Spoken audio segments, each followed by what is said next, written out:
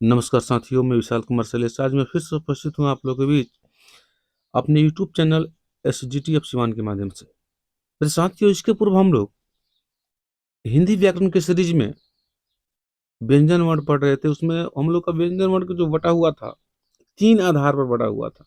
पहला जो आधार था हम लोग का उच्चारण स्थान के आधार पर, और जो दूसरा था स्वर तंत्रियों में कंपन के आधार पर, और जो तीसरा था वायु श्वास की मात्रा के आधार पर। तो जो पहला हम लोग का उच्चारण स्थान के आधार पर, उसको हम लोग पढ़ चुके हैं, ठीक है ना।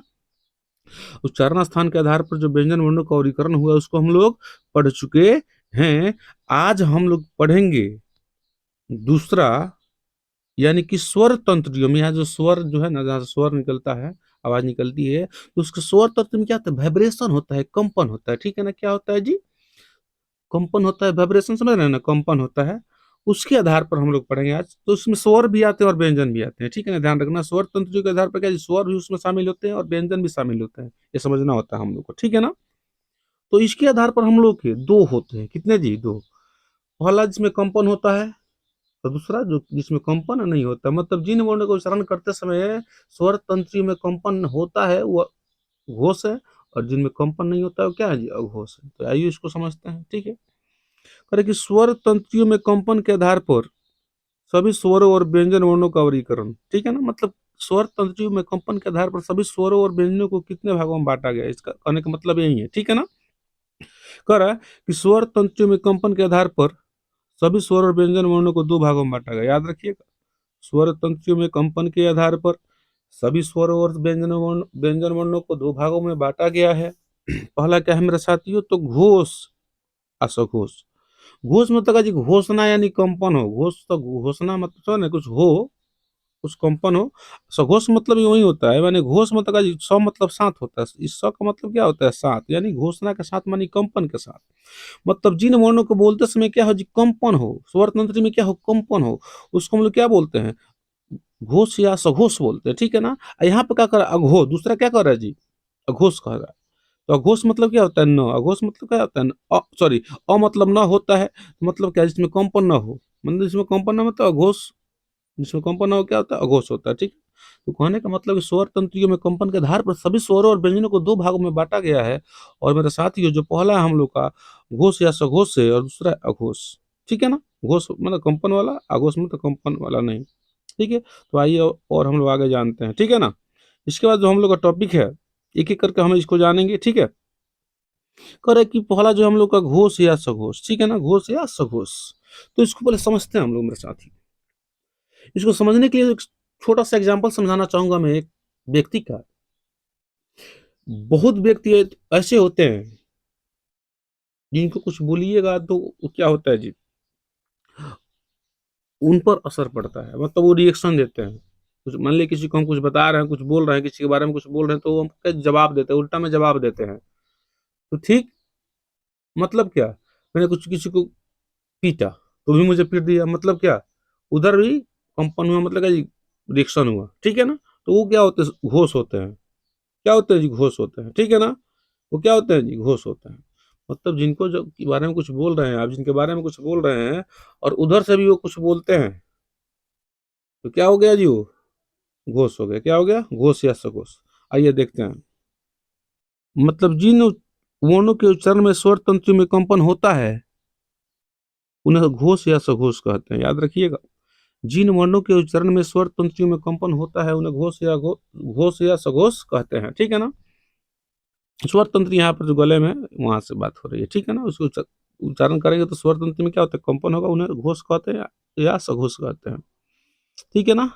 मतलब इसको मान लीजिए हम किसी व्यक्ति एक एक चपेटा मारते हैं, और वो भी हमको क्या करे जी? उधर से एक चपेटा मारे, एक चट्टी, तो वही घोष की भांति काम कर रहा है, ठीक है ना, मैंने कंपन वाला।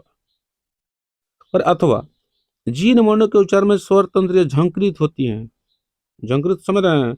मतलब किसी व्यक्ति को कुछ बोल रहे हैं तो झन आ जाता है पूरा, तो किसी आ जाता है, रोक में आ जाता है एकदम, तो उसको ऐसे व्यक्ति घोष होते हैं, सघोष होते हैं, ठीक है ना। कारण जिन वर्णों के उच्चारण में स्वर तंत्रिया झंकृत होती है, मतलब स्वर तंत्र जो है ना वहां पर कुछ झंकृत होता है, मैंने कंपन होता है, उन्हें घोष या सघोष कहते हैं, ठीक है ना। चलिए, इसमें क्या जी? सभी स्वर आते हैं। घोष में कौन आते हैं? सभी स्वर 11 जो स्वर है वो आते हैं। और प्रत्येक वर्ग, हमारा वर्ग कितना था, 5 गो वर्ग था, कवर्ग था, जवर्ग, टवर्ग, तवर्ग, पवर्ग, ठीक है। तो प्रत्येक वर्ग का मतलब कवर्ग का भी, चवर्ग का भी, टवर्ग का भी, तवर्ग का भी, पवर्ग, प्रत्येक वर्ग का क्या जी, प्रत्येक वर्ग का तीसरा, चतुर्थ और पंचम वर्ण, ठीक है ना, ये क्या होते हैं, घोष में आते हैं। किसमें आते हैं, घोष या सघोष में आते हैं। और अंतस्थ व्यंजन में चारों, य, र, ल, व, ठीक है ना, ये भी किस में आते हैं जी, घोष व्यंजन में आते हैं, घोष में आते हैं, ठीक है ना, घोष व्यंजन में आते हैं।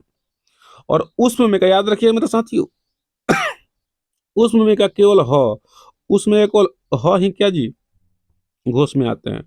पहले ध्यान देखिए यहाँ पर क्या है, पहला ये है कि सभी स्वर घोष की श्रेणी में आते हैं, और प्रत्येक वर्ग का तृतीय, चतुर्थ और पंचम वर्ण भी घोष की श्रेणी में आते हैं।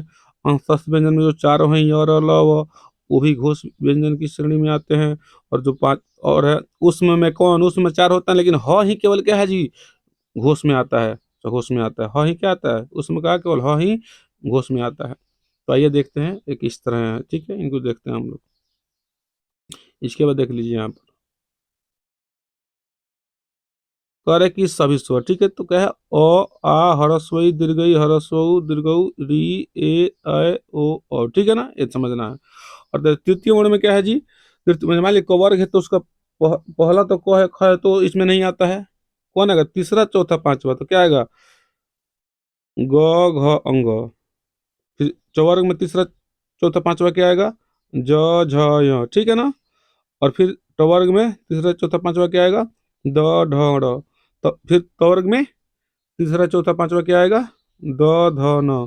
फिर पवर्ग में तीसरा, चौथा, पांचवा क्या आएगा, ब, भ, म, ठीक है ना, ये हो गया हम लोग।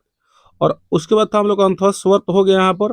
और अंतःस्थ में क्या है, य, र, ल, व, लेकिन उसमें देखना, उसमें भी चार होते हैं, लेकिन यहाँ पर उसमें में केवल ह ही क्या आएगा, सघोष यानी घोष में आएगा, ठीक है ना। तो इस प्रकार अगर देख लीजिए, 11 यहाँ पर स्वर हैं, 11 स्वर है ना जी, कितने स्वर हैं, 11 स्वर हैं। और ये जो हमारे प्रत्येक वर्ग के तीन तीन होते हैं, 5 3 15 हो जाएंगे, ठीक है ना। अंथस कितने हैं, 4 हैं। और उसमें कितने हैं, 1 हैं, तो जोड़िएगा तो कितना होगा हम लोग का, और जोड़ते हैं यहाँ पर तो 5 1 6 4 10 1 11, 11 का एक, एक एक दो, एक तीन, 31, ठीक है ना। मतलब इस प्रकार, और एक घोष वर्णों की संख्या कितनी है, 11, याद रखिएगा। घोष वर्णों की संख्या कितनी है मेरे साथियों, 11 है, ठीक है ना, कितनी है जी, 11 है, सॉरी 11 नहीं, 31 है, मिस्टेक हो गया, कितनी है जी, 31 है। इस प्रकार घोष वर्ण की संख्या कितनी है जी, 31 है, कितनी है जी, 31, 31 है, ठीक है, 11 नहीं 31 है, याद रखिएगा। चलिए आइए जानते हैं अगला जो टॉपिक है हम लोग का, ठीक है ना, उसको जानते हैं। चलिए आगे का टॉपिक है हम लोग का, इसको देख लेते हैं। अघोष, क्या नाम है इसका, अघोष। अघोष को समझने के लिए एक छोटा सा एग्जांपल लेते हैं हम लोग, ठीक है ना। अघोष मतलब देखिए, जैसे मान लीजिए किसी को, व्यक्ति को कुछ भी बोल रहे हैं, चप्पल से मार रहे हैं, जूता से मार रहे हैं, बात बात बोल रहे हैं, कुछ भी कर रहे हैं, चप्पल जूता सब कुछ कर रहे हैं, लेकिन उस पर कोई असर नहीं पड़ता है, उस पर कोई असर नहीं पड़ता, वो क्या होता है, बस वो होश की भांति होता है। मतलब समझ रहे हैं जी, किसी को कुछ भी बोल लीजिए, कुछ भी मार लीजिए, पीट लीजिए, कुछ भी कर लीजिए, कोई असर नहीं पड़ता, मतलब वो नहीं होता है कि थेथर व्यक्ति, थेथर। वैसे ही ये हिंदी व्याकरण का थेथर टॉपिक है।